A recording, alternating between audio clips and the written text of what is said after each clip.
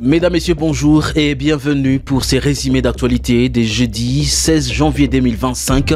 Voici les principaux titres. Au moins une dizaine de civils ont été tués dans une nouvelle attaque des islamistes ADEF en territoire du Lubero. Lors de cette attaque, la nuit du mardi à hier, mercredi 15 janvier, un chef des groupements a été tué. Et puis, dans la province du Nord Kivu toujours, des combats se sont intensifiés ce jeudi sur plusieurs axes entre les rebelles du 23 et l'armée congolaise appuyée par les Wazalendo de Massissi Centre à Bouéremana. Vous aurez d'amples détails dans ces numéros de l'actualité du jour. Vous êtes nouveau sur la chaîne Kivu Morning Post, la référence des informations à l'est de la République démocratique du Congo. N'oubliez pas surtout, pour commencer, de vous abonner sur la chaîne.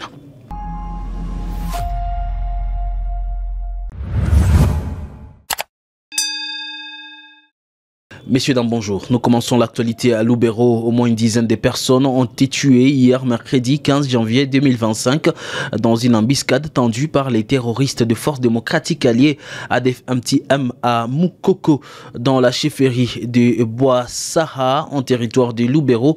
Nous sommes dans la province du Nord Kivu. Des détails avec notre permanent dans la région, Isaac Pingeve. Selon les sources de la société civile, parmi les victimes de cette embuscade, il y a le Mwami Kassereka Kakasimba, chef du groupement Boulenga et son secrétaire, qui revenaient de notre lieu qui était attaqué par les combattants ADF, affirme Mouindo Waleirwe Tafuteni, président territorial des Forces vives. Cette information est également confirmée par un proche de la famille du Mwami. Mon cadet au village et successeur du papa vient d'éturer sa révérence dans une embuscade des ADF. Il part trop jeune, témoigne un frère de la victime sous couvert d'anonymat. Les fouilles continuent. Par contre, les forces vives déplorent l'instabilité du réseau cellulaire qui ne permet pas d'atteindre les noyaux locaux de la société civile afin d'établir le bilan exact de cette attaque meurtrière déplorée près de Muhangi à Lubero. Le Mwami Kassereka Kasimba du groupement Boulenga et petit-fils de Sa Majesté Mwami Biondi Inhoveria II Joseph de la chefferie de Bassoa dans le territoire de Lubero. Le monument mémorial du Mwami Biondi se trouve à proximité de l'église catholique Ivatama à Moussienene. Dans les territoires de Massissi, des violents affrontements entre les rebelles du 23 soutenus par le Rwanda et le FARDC appuyé par les Wazalendo se poursuivent dans la matinée de ce jeudi 16 janvier 2025 sur plusieurs lignes de front dans le groupement Mufuni Shanga en chefferie de Baoundé. Nous sommes dans les territoires de Massissi. Les affrontements sont signalés au niveau de Ndumba, Kashingamutwe, Kabase et Bitonga, des collines stratégiques situées à moins de 10 km de Minova, en province du Sud Kivu.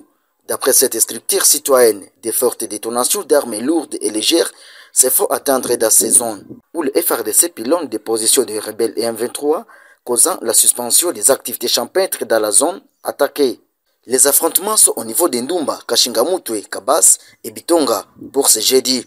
Mais à Bouéremana, tout va bien, aucune panique. Seulement que les gens ne peuvent pas aller faire les champs proches de ces zones. Ce sont des zones très stratégiques, explique la société civile locale. Depuis plus d'une semaine, des combats intenses entre le FARDC et M23 sont enregistrés sur plusieurs lignes de front dans le territoire de Massissi. D'autres combats ont eu lieu sur l'axe Ngungu entre les deux parties. Et toujours à Massissi, des violents affrontements ont éclaté tôt le matin de ce jeudi à Massissi Centre entre les rebelles du 23 soutenus par le Rwanda et les forces armées de la République démocratique du Congo appuyées par le combattant locaux, le Wazalendo. Le combat signalé depuis minuit ont plongé la région dans une atmosphère de grandes tensions. Et comme nous dit ici d'ailleurs Kershom Mohamed. Selon les informations recueillies auprès de la société civile locale, les affrontements sont signalés autour des Massissi Centre et ses environs entre les M23 et les combattants Wazalendo vers la colline Rokita. Les échanges de tirs intenses ont semé la panique parmi la population locale, dont plusieurs habitants ont choisi de fuir pour échapper aux violences. L'ennemi est dans une position de faiblesse et jusque-là, nous continuons toujours à suivre les mouvements. Nous avions confiance au Wazalendo et à notre armée, puisque nous n'avons pas une autre armée si ce ne sont que les FARDC et les Wazalendo. Nous voulons que le gouvernement congolais puisse soutenir les FARDC et les Wazalendo sur tous les plans, a dit Héritier Boussomo, qui est président de la société civile du groupement Boabo. D'autres combats sont signalés sur l'axe Katale et toujours dans les mêmes groupements. Les M23 avaient pris contrôle de la cité des Massissi Centre début janvier, après des combats acharnés contre l'armée congolaise appuyée par le Wazalendo. Le gouvernement a annoncé hier mercredi la reconquête de plusieurs localités stratégiques jadis occupées par le rebelle du M23 soutenu par le Rwanda. La reconquête a eu lieu lors des offensives menées par l'armée congolaise appuyée par le Wazalendo. Suivons ici le ministre congolais de la communication, Patrick Mouya Katembwe.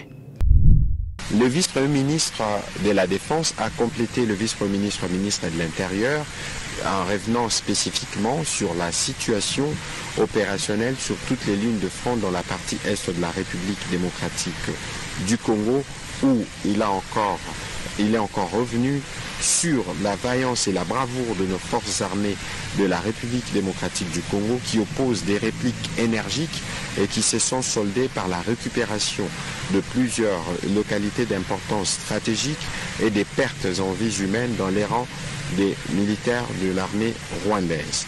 Et leur contre-offensive se poursuit sans désemparer. Dans les Nord Kivu, il a aussi informé que plusieurs terroristes du M23 RDF ont été neutralisés par les forces armées de la République démocratique du Congo dans la localité de Ndeluma en territoire de Libéraux. Entre les 7 et les 12 janvier, nos vaillants militaires ont réussi à reconquérir après d'âpres combats des localités, notamment la cité frontalière Ishacha, Irambi, Kirumba, Kaina et la cité de Lourdes. En territoire de Massissi et Walikale, les forces armées de la République démocratique du Congo continuent leur action avec détermination pour empêcher l'ennemi, malgré ses renforts en armes et en matériel venus du Rwanda, d'atteindre son objectif d'expansion. En territoire de Niragongo, les FARDC soutenus par les VDP font face à la coalition ennemie aux alentours du parc national de Virunga. Au sud Kivu, nos vaillants militaires ont reconquis le 12 janvier dernier plusieurs localités citées occupées par des agresseurs, notamment Lumbishi, Ruzintaka, Kamatane et Kabini. Les actions décisives se poursuivent contre les autres groupes armés Greta Bara, Turaneo, supplétifs des agresseurs dans la région. En Ituri, les dispositifs opérationnels restent en alerte et la traque contre le milicien Codeco et ADF-MTM se poursuit. Dans la partie ouest, les actions militaires se poursuivent dans le cadre de l'opération Gemba pour mettre fin à l'activisme des Mobondo dans les triangles Congo central, Kinshasa, Grand Bandundu. Au demeurant, les forces armées de la République démocratique du Congo restent déterminées sur toutes les lignes de front à restaurer la sécurité, à récupérer les zones perdues et à rétablir l'intégrité territoriale de la République démocratique du Congo. Plus de 8 millions de francs congolais et divers biens ont été collectés à Butembo pour soutenir les forces armées de la République démocratique du Congo et les Wazalendo sur le front nord contre les rebelles du M23 soutenus par le Rwanda. Un camion Fuso rempli de vivres, poissons, biscuits et sémoules, eau est prêt à partir pour Lubero ce jeudi 16 janvier, acheminer ses dons vers les lignes de front. Suivez ici en images.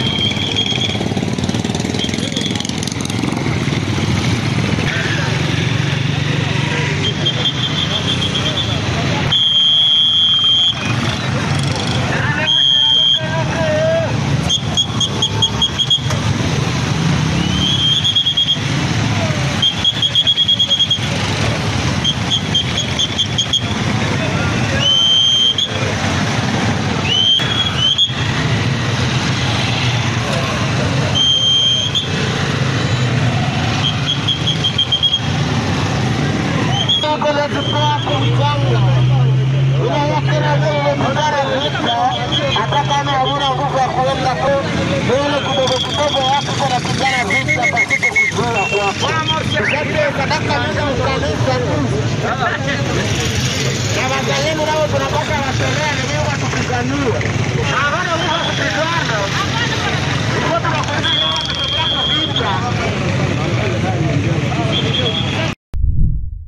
Environ 600 miliciens du groupe Zaïre se sont rendus au FRDC mercredi 15 janvier 2025 à Mabanga, dans les territoires du Djougou.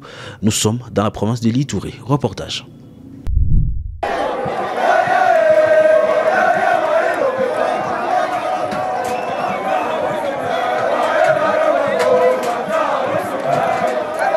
Selon Honoré Karoua du PDDRCS en territoire du Djougou, ces combattants sont du groupe d'autodéfense Zaïre.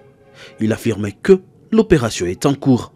Le processus actuel a été initié en 2021 par les autorités congolaises et bénéficie de l'appui de la communauté internationale à travers notamment la MONUSCO, l'Union européenne, la Banque mondiale et d'autres partenaires. Il repose sur des approches militaires et non militaires. 6 groupes armés ont signé des actes d'engagement des cessations des hostilités dans les territoires d'Irumo et Djougou, Codeco, MAPI, Autodéfense, FRPI, FPIC et Chine Yaoutuna. Du 28 mai au 2 juin 2023, s'est tenu à Aru un dialogue réunissant les groupes armés. Celui-ci avait abouti à la signature d'un protocole d'accord regroupant seulement 4 groupes armés, la Codeco, MAPI, FRPI, FPIC.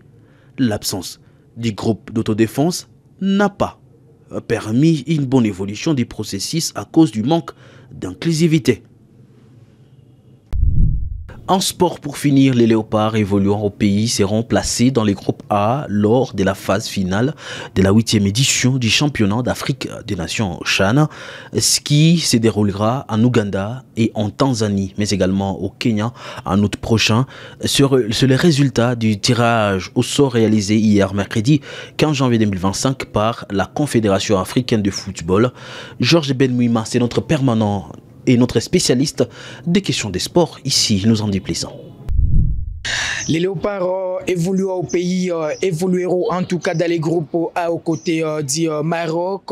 En tout cas, ce sont les 2 pays les plus titrés de ces championnats d'Afrique des Nations. Quand on sait que le Maroc a déjà remporté cette compétition à des reprises, comme la République démocratique du Congo. Dans ces groupes, les Congolais feront face également au Kenya, un des pays hôtes de ces championnats d'Afrique des Nations, ou encore de la Zambie, sans ignorer l'Angola. Donc, les sélectionneurs nationaux Otis Ngoma, qui d'ailleurs a rendu public sa liste des joueurs retenus pour prendre part à cette compétition à la veille du tirage au sort, est désormais fixé sur en tout cas ses adversaires. L'objectif pour les léopards de la RDC pour ces prochains championnats d'Afrique des Nations, c'est d'abord passer au premier tour, quand on sait que lors de la dernière édition, la RDC avait réalisé un bilan mitigé de son histoire depuis la première édition de cette compétition. Je vous rappelle, la RDC avait réalisé 2 matchs nuls face à l'Ouganda, mais également à la Côte d'Ivoire, avant de perdre 0-3. C'était face au Sénégal, et puis c'est le Sénégal qui est allé remporter cette compétition. Sur cette liste de Otis Ngoma, il n'y a pas de Jonathan Ikangalombo, tout simplement parce que l'ailier de la SOV Club s'est engagé avec la formation des Young Africans de la Tanzanie, et lors de la dernière édition, c'est le seul joueur qui avait fait forte impression sur son couloir droit. Voilà pourquoi ce dernier a séduit l'équipe des Young Africans de la Tanzanie après une saison et demie passée dans l'équipe de la SOV Club.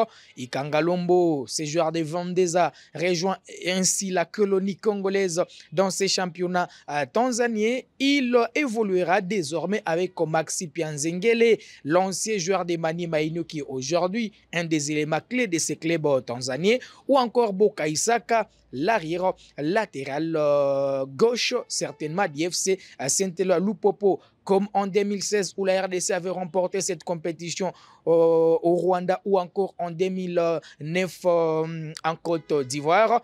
L'année prochaine, c'est cette année, l'année 2025, la RDC peut encore faire rêver les amoureux du football pour cette phase finale. Une compétition qui était prévue du 1er au 28 février, mais qui a été repoussée au mois d'août par l'instance qui gère le football sur les continents africains. Ça sera tout pour l'essentiel de l'actualité de ce jeudi 16 janvier 2025. Merci à vous de l'avoir suivi et surtout, pensée spéciale aux héros de ces 16.